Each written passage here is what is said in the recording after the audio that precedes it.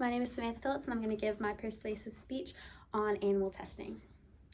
Makeup brands today are getting more and more creative with how they market their product. They are giving creators thousands of dollars to promote their product, and all of a sudden their brand is the most popular and is all sold out everywhere. This is no coincidence, but most people don't really think about what the product actually is before they buy it. They don't think if it's cruelty-free or what the brand's history is. And as a person who is guilty of buying several products without looking into the brand, I can say after much research, I will always try to avoid brands that use animal testing.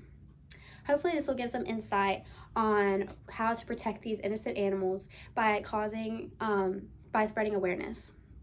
Animal testing is cruel to innocent animals, and there are many ways to make sure a product is safe without using innocent creatures as test dummies. The points I want to cover is what animal testing even is, how to prevent it, and how can you make the change. Most people don't even know what animal testing is, so let's start there. There are different kinds of animal testing, and a website by Cruelty Free International published an article in 2023 that reports that mice and other animals are being bred with specific genes that are either taken out or put into their cells. So this is particularly targeted for genes that could be related back to humans. But according to the same article, another type of testing on animals is when animals are being forced to eat or inhale other substances or have them rubbed into their skin or injected into their bodies. This is pretty much just to see the effect of the chemical that they are putting into their bodies has on them, to see if it could affect humans.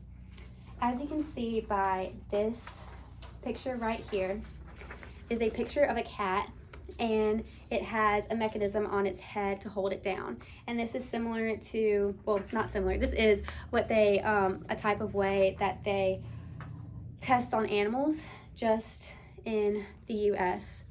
And if this doesn't look or sound bad enough, the amount of animals that fall victim to this is quite disturbing. And in the US alone, according to an article by Petra in 2022, almost 1 million animals were held captive in laboratories or used in experiments, and that doesn't include rats, mice, reptiles, amphibians, or agricultural animals. Plus an estimated 100 million in rats and mice are used in testing.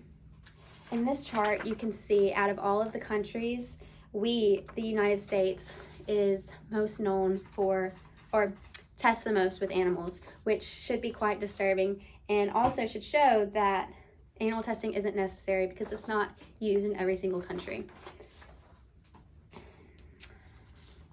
This process isn't just cruel, but unnecessary. Not only do we already have a long list of chemicals that have a history of being safe to use on animals, but we also have alternatives to animal testing. According to an article by Tree Hugger in 2021, techniques like cell cultural tests can be even more inclusive because scientists can get pigment-producing cells, and that will replicate the human skin with different ethnicities.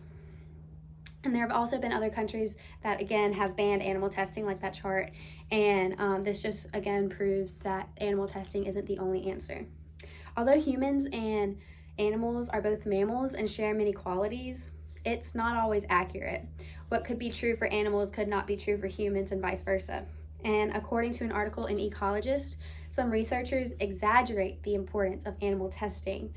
And this creates a false sense of confidence within the consumers, which think that animals are required to advance medicine within humans, but that is simply just not true.